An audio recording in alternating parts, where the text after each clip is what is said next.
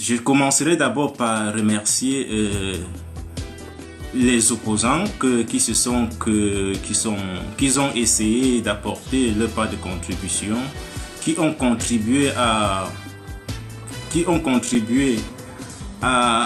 montrer aux Camerounais, à démasquer ce que les Camerounais n'ont jamais su depuis plus de 36 ans. À ce niveau, nous devrons vraiment les féliciter.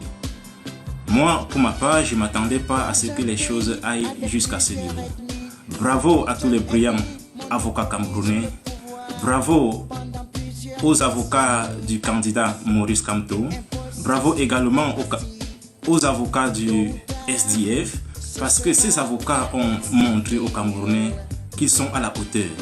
Et si nous sommes restés silencieux pendant autant des années, cela ne voudrait pas dire qu'on est incapable d'y arriver. Vraiment, ce qui se passe dans notre pays, c'est regrettable. Pour ma part, si en principe, ce qui se passe au Cameroun, normalement, il ne fallait même pas se présenter au Conseil du contentieux pour chercher de défendre pour ceci ou cela. Parce que la vérité est là, c'est réel.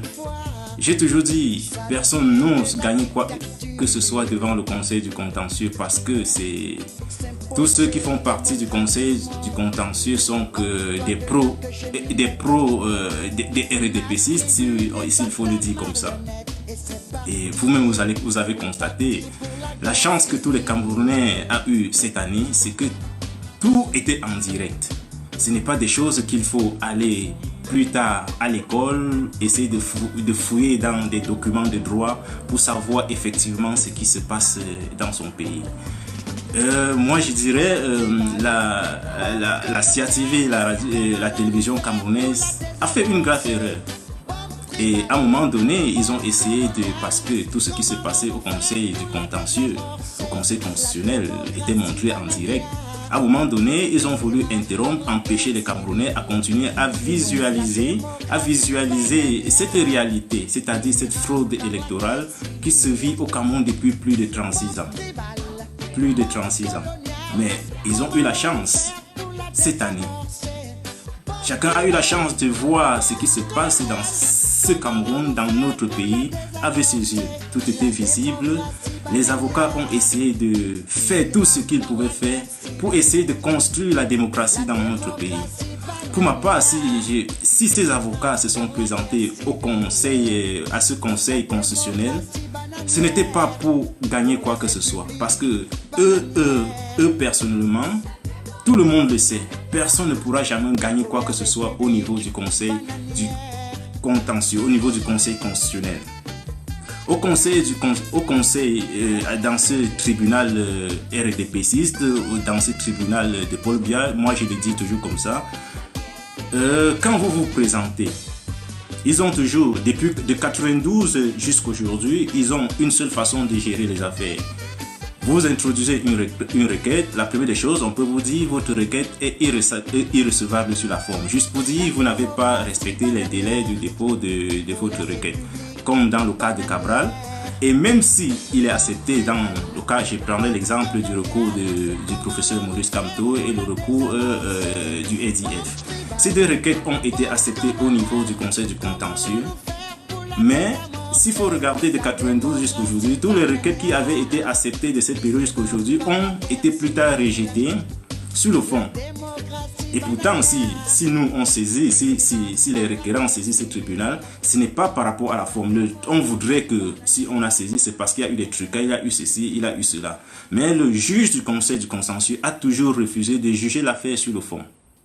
Et c'est la raison pour laquelle il a déclaré toutes les requêtes qui avaient été déposées irrecevables. À ce niveau-là, même si ces requêtes sont déclarées irrecevables, pour ma part, je pense que c'est déjà un point très fort pour le Cameroun. Les gens, cette mafia que personne n'a jamais pu démasquer devant plus de 36 ans, cette année, parce que du côté du parti au pouvoir qui manipule ce conseil du contentieux, ils n'avaient pas imaginé que la situation qu'on pouvait parvenir à faire quelque chose. Mais Dieu est grand, on ne peut pas tromper un peuple pendant tout le temps. Il y a toujours un moment où on ne pourra pas parvenir à cacher ceci ou à cacher cela. Et c'est à ce niveau-là où ils sont tombés parce qu'ils s'étaient dit, c'est toujours, ils ont essayé de jouer avec la routine. Pour dire, si on a pu voler comme ceci pendant 36 ans, pourquoi on ne pourrait pas continuer à voler cette année? Mais ils ont été pris au piège. Sans vous mentir, le RDP cette fois-ci-là était dos au mur. Mais ce qui est pour moi très regrettable au niveau de ce conseil, c'est les personnes qui constituent ce conseil du contentieux. C'est-à-dire le juge, en principe. Ce qui était ridicule, c'est que quand on regardait tout ça, moi je me suis posé la question de savoir si ces juges-là, parce que on va vous dire c'est un juge hors hiérarchie, pour dire que c'est le plus gradé, les plus grands échelons hors hiérarchie, pour dire c'est quelqu'un qui a tellement d'expérience et qui ne sait. Mais à ma grande surprise, j'ai pas compris pourquoi ce juge-lui en question, il ne peut pas faire une différence parce que si on dit il est hors hiérarchie, ça veut dire qu'il a fait beaucoup, il a fait des études de droit, il maîtrise de l'affaire, il peut faire ceci, il est plus ou moins un juge impartial. Mais durant toute l'affaire, vous-même vous avez vu, ce juge, il n'est même pas un juge, il est plutôt un avocat. Donc juste pour dire, comment on peut faire confiance à des personnes comme ça, à quelqu'un qui est supposé être neutre, d'être plutôt l'avocat d'une autre partie. Ce juge, il était plutôt durant tout ce qui s'est passé, durant les débats, ainsi de suite. Ce juge-là était plutôt un avocat, l'avocat du parti au pouvoir. Posez-vous la question de savoir pourquoi le RDPC n'a pas aussi déposé une requête. Le RDPC ne dépose pas une requête parce que c'est qu'il est déjà avocat. Il a déjà quelqu'un qui est appelé à les défendre, coûte que coûte. Vous avez vous-même vu ces juges, ce ne sont pas des êtres humains comme nous. Leur attitude vraiment c'est déplorable dans un pays où on espère devenir quelque chose, où on a soif de changement. Pour ces personnes-là, ils sont prêts à tout. Ils sont prêts à sacrifier toute une nation pour leur intérêt personnel et égoïste. Et c'est quelque chose qu'on ne devrait pas continuer à accepter pour ma part. Vous avez vu à la dernière minute, quand vous regardez des procès-verbaux, c'est eux qui ont fait des lois.